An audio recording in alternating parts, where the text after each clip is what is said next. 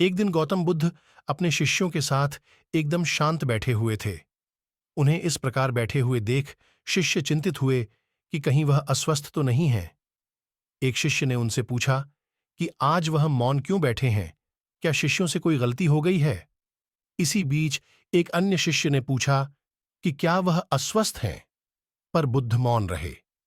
तभी कुछ दूर खड़ा व्यक्ति जोर से चिल्लाया, आज मुझे सभा में बैठने की अनुमति क्यों नहीं दी गई है? बुद्ध आंखें बंद करके ध्यान मग्न हो गए। वह व्यक्ति फिर से चिल्लाया, मुझे प्रवेश की अनुमति क्यों नहीं मिली? इसी बीच एक उदार शिष्य ने उसका पक्ष लेते हुए कहा कि उसे सभा में आने की अनुमति प्रदान की जाए।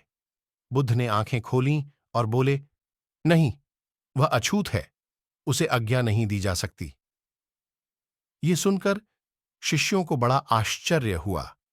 बुद्ध उनके मन का भाव समझ गए और बोले, हां, वह अछूत है।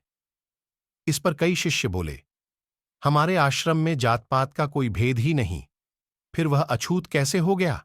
तब बुद्ध ने समझाया, आज वह क्रोधित होकर आया है। क्रोध से जीवन की एकाग्रता भंग होती है। क्रोधी व्यक्ति प्राय मानसिक हिंसा कर बैठता है। इसलिए जब तक वह क्रोध में रहता है तब तक अछूत होता है। इसलिए उसे कुछ समय एकांत में खड़े रहना चाहिए।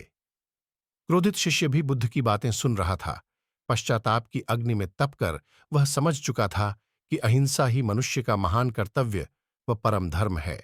वह बुद्ध के चरणों में गिर पड़ा और कभी क्रोध न करने का प्रण लिया। शिक्षा। आशय यह है कि क्रोध के कारण व्यक्ति अनर्थ कर बैठता है और पश्चाताप उसे बाद में होता है, जिसका कोई लाभ नहीं मिलता। इसलिए हमें क्रोध नहीं करना चाहिए। असल मायने में क्रोधित व्यक्ति अछूत हो जाता है और उसे अकेला छोड़ देना चाहिए। क्रोध करने से तन, मन और धन तीनों की हानि होती है। क्रोध से ज्यादा हानिकारक कोई और वस्तु नहीं है।